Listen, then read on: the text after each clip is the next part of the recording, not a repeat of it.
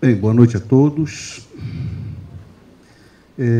Convido o professor Gabriel para compor a mesa, que será o nosso conferencista.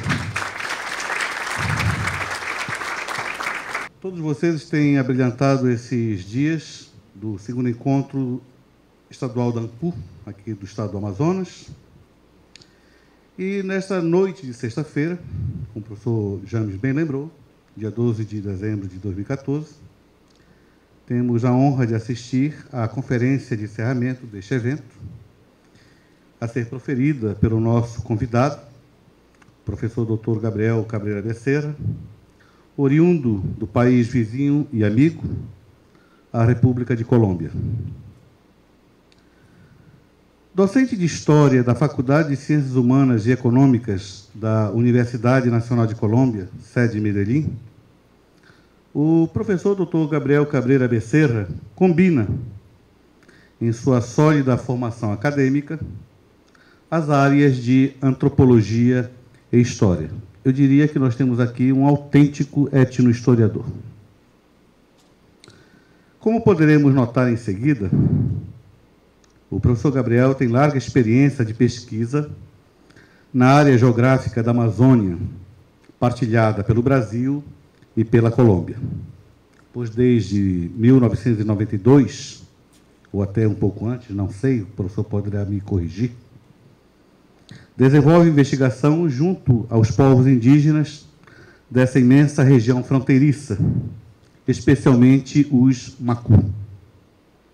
Deste trabalho investigativo, resultaram artigos e livros que tiraram esses povos indígenas do anonimato acadêmico, revelando seus modos de vida e as consequências de seu contato, cada vez mais frequente, com vários representantes das sociedades nacionais, seja a colombiana, seja a brasileira. De sua grande produção acadêmica, entre artigos e livros, nós podemos aqui destacar La Iglesia en la Frontera, Missões Católicas em El Valpés, 1850-1950. É bom que se registre que este trabalho do professor Gabriel recebeu menção de honra no segundo Prêmio Nacional El Espectador, em 2001. Outro livro de sua autoria, Las Nuevas Tribus y los Indígenas de la Amazonía, História de uma Presença Protestante, de 2007. Em coautoria, há os livros Los Nucac, Nómadas de la Amazonía Colombiana, que é mais antigo, de 1999. Outro livro também, Viviendo en el Bosque, um siglo de investigação sobre os Macu do Noroeste Amazônico, de 2010. O professor também é autor no livro e editor do mesmo.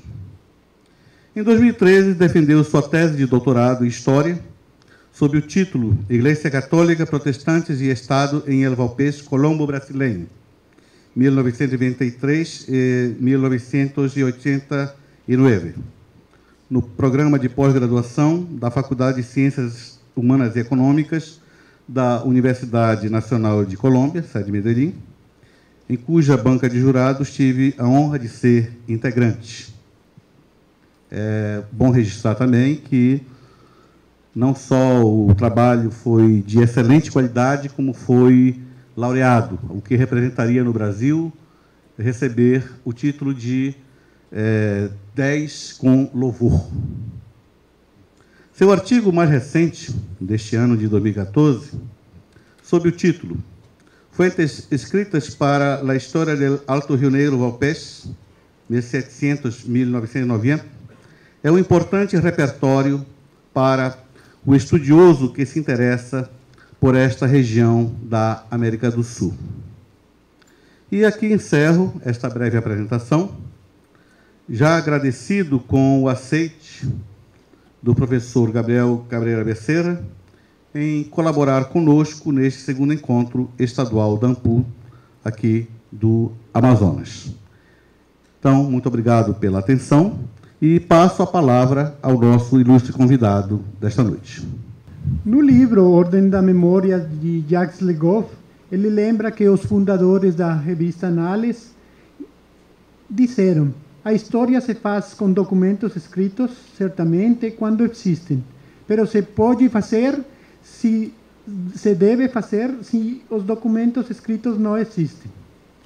Pero que são aquelas coisas que não são documentos? Segundo Pérez, o historiador holandês Gustav Renier publicou em 1950 um trabalho que definiu o término vestígios. Ele chamou vestígios os manuscritos, livros, impressos, prédios, mobiliários, paisagens e diferentes tipos de imagens, pinturas, estátuas, gravados, fotografias. Ele diz que todas elas são uma ferramenta para a indagação e a compreensão do passado. Há um tempo que eu tenho clara, como tem a história, aquela diferença entre as fontes escritas e as fontes visuais. Somente que o sentido que eu acostumo utilizar é que as fontes escritas são mais que os arquivos documentais. Cada tema produz materiais de consulta. E então você pode considerar que, mais allá dos arquivos documentais, você pode ter jornais, memórias, necrologias, almanaques, dicionários bibliográficos ou histórico-geográficos, novelas, etc., etc. Depende do tema. Você tem certo tipo de materiais. E as fontes visuais também são de grande variedade. As aquarelas, a fotografia, o cinema, a pintura, os gravados, os desenhos, a caricatura, os mapas e os planos. Nós temos que recordar, lembrar que todas essas imagens são usadas. Passa, por favor. E com estas duas frases, vocês podem compreender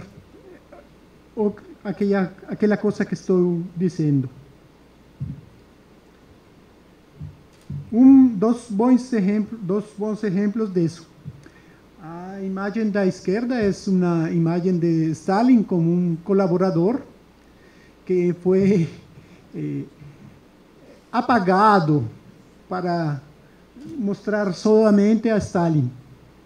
E a imagem da direita é uma fotografia. Eu não tomei a fotografia original, sino a sequência onde peguei o sentido que quero transmitir. É uma fotografia de Joe Rosenthal, que foi o prêmio Pulitzer em 1945, que é a toma de Monte Suribachi, na isla volcânica de Iwo Jima, pelo exército norte-americano. Mas ele conta, o autor deste trabalho, que é um pesquisador de uma tese doutoral na Unicamp, ele conta como foi feita a fotografia. Os soldados tinham uma bandeira pequena, mas ele percebeu que outro grupo tinha uma mais grande. Então, ele diz aos soldados que fizeram a cena de novo com uma bandeira grande para tirar a fotografia. E a fotografia é emblemática para os estadunidenses. Então, as intervenções, por exemplo, na fotografia, segundo a Susan Sontag, podem ser reduzidas, ampliadas, recortadas, retocadas, manipuladas, trocadas. E outro autor nos lembra que as intervenções podem ser feitas por diferentes pessoas: o fotógrafo, o laborista, o paginador e, finalmente, os editores. Eles decidem, em última instância, o que irá ser publicado. Eu vou começar a falar dos mapas. Na Colômbia e no Brasil temos alguns instrumentos de consulta acerca dos mapas.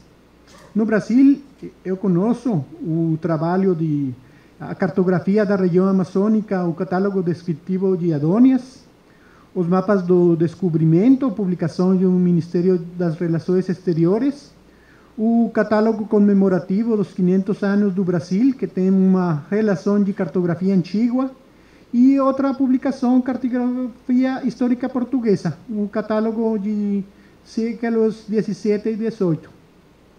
Tem vocês também outros fundos documentais com cartografia, o Arquivo Público de Pará, que tem 616 mapas, o Centro Cultural dos Povos da Amazônia, o Instituto Histórico Geográfico do Brasil, que tem 2.213 mapas, alguns digitalizados, e no Portugal, pues, também tem cartografia do Brasil, a Fundação Biblioteca Nacional no Rio e a Biblioteca Nacional de Portugal, o Arquivo Ultramarino, o Arquivo da Torre do Tombo, todos têm secções cartográficas e alguma cartografia digitalizada. Na Colômbia, temos algo parecido. Temos instrumentos de consulta. Temos um catálogo da Mapoteca, secção de mapas e planos do Arquivo General da Nação, e temos 2 atlas históricos da Colômbia, o Atlas Histórico Geográfico e o Atlas de Mapas Antigos da Colômbia dos siglos XVI a XIX. Mas na Espanha temos um importante acervo cartográfico, que fica no Arquivo Geral das Índias, na Sevilha. O arquivo conserva cerca de 7.000 mapas, planos y diseños sobre América. Allí 403 unidades son referidas a Colombia, Panamá y Quito, 26 corresponden al siglo XVI, 130 al XVII, 199 al XVIII, 47 al XIX y una al siglo XX. Sobre ese último existe también un catálogo. Yo no voy a leer uma parte do texto que tem informações acerca do desenvolvimento da cartografia na Colômbia e no Brasil. Mas é uma coisa que faz menção porque é importante. Se você vai falar dos mapas, você tem que ter ideia de que é um mapa e qual é a evolução de fazer os mapas. Então, vou deixar de lado isso. Não passe. Bom, uma coisa dessa cartografia antiga é que o caráter é muito geral. Não tem detalhes da área do Putumayo. Os mapas com detalhes são tardios. E os primeiros mapas, segundo Adonias, da região, são os mapas do Apapores de 1782. Depois estão os mapas de Manuel Gama Lobo de Almada. Eu não vou falar deles porque Adonias faz uma boa descrição que vocês podem ler lá. Passa. Na Colômbia temos uma expedição que chamou a Comissão Coreográfica, feita por Agustín Codazzi entre 1850 e 1859. E ele fez cartografia de toda a Colômbia. E fez este mapa da área fronteiriça do rio Guaupés, que o mapa tem a particularidade de que fica cheio de anotações. Anotações que falam da presença espanhola e portuguesa na região, dos povos indígenas, dá algumas cifras de povoação e, além de que sua escala não é legível, o mapa tem a vantagem que você conta com um texto que deve ler junto com o mapa, para compreender a dimensão do trabalho. Outros trabalhos do século XIX são os trabalhos dos viajeros que penetraram o rio Guaupés, Alfred Wallace e Richard Spruce. Eles entraram no rio Guaupés, mas seus mapas são mapas gerais que mostram os itinerários, pero essas obras têm desenhos do arte rupestre, das localidades e dos tipos indígenas.